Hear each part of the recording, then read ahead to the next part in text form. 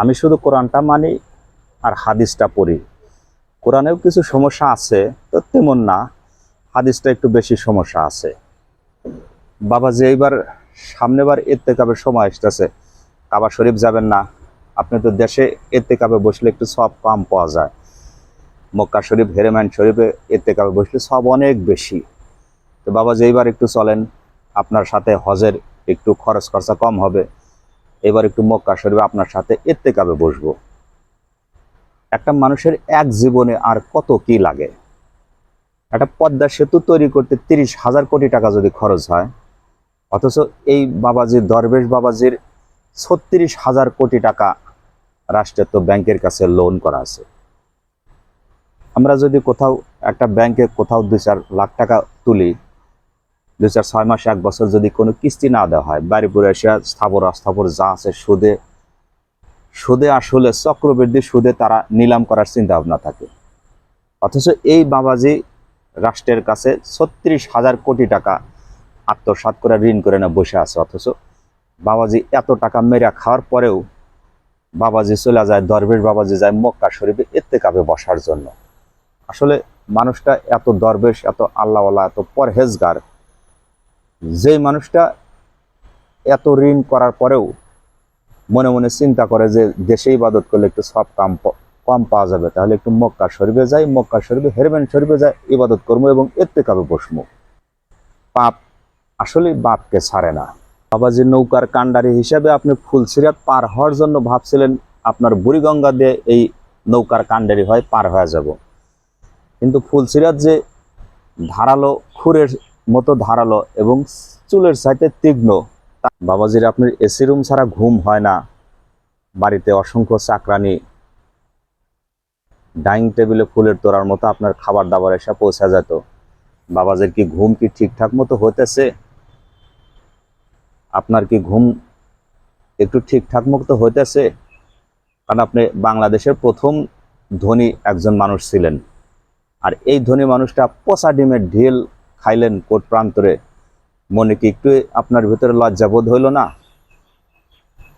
18 কোটি জনগণের টাকা মেরে খায়া আপনি হেরেমান শরীফে ইত্তেকাবে বসার জন্য চলে যাইতেন, আর 36,000 কোটি টাকা ঋণ করে আপনি হেরেমান শরীফে যাই ইত্তেকাবে বসেন। মনে কি একটু দ্বিধাদ্বন্দ্ব জাগলো না?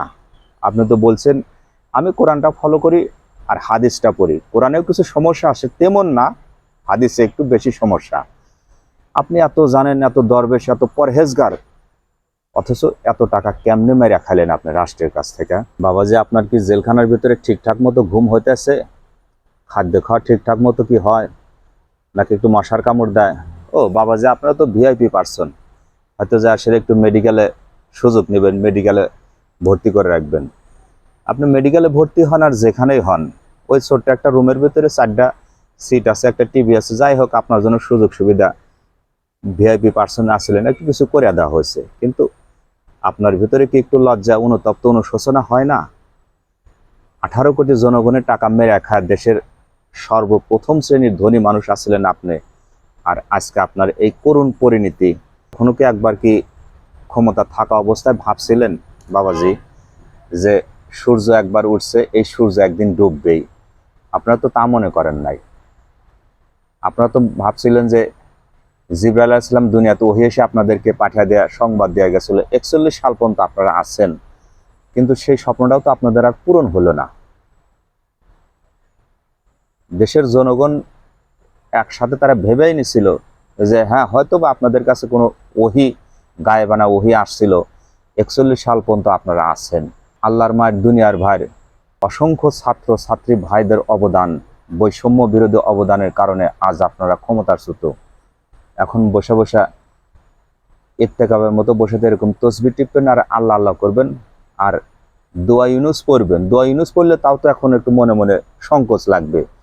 যেই মানুষটাকে আদালতের দ্বার প্রান্তে ঘুরাইছেন, শ্রমিকের টাকা মেরাদার এক্সাম লাগা দিচ্ছেন, তাকে একটা কেলেঙ্কারির ভিতরে লাগা দিচ্ছেন, নোবেল বিজয়ী শ্রদ্ধেয় স্যার ডক্টর ইউনুসের আদালতের প্রান্তরে যেইভাবে আপনারা হয়রানি করছেন, এখন কারা জেলখানার ভিতর বসে বসে যে তসবিহ টিপবেন, দোয়া ইউনুস পড়বেন, তাও তো সেই স্যারের নাম নেওয়া লাগবে একটুখানি। তখন কি করবেন? শেষ ভরসা ওই ছাড়টাই কিন্তু এখন। বাবাজির এত টাকা সম্পদ, এখন খায় কে? এখন বসে বসে ডায়েট কন্ট্রোল করেন ওখানে।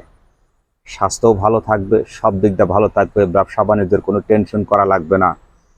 মাঝে মাঝে যখন বিদেশ সফর যাইতেন, 40 জন, 50 জন, 60 জন, 80 জন করে এক একটা বিমানে বহর নিয়ে চলে যাইতেন। উপদেষ্টা হিসেবে ছিলেন বাবাজি। এখন ওই একটা কম্বল, একটা কাঁথা, আর ওইটাই নিয়ে একটু সন্তুষ্ট থাকেন।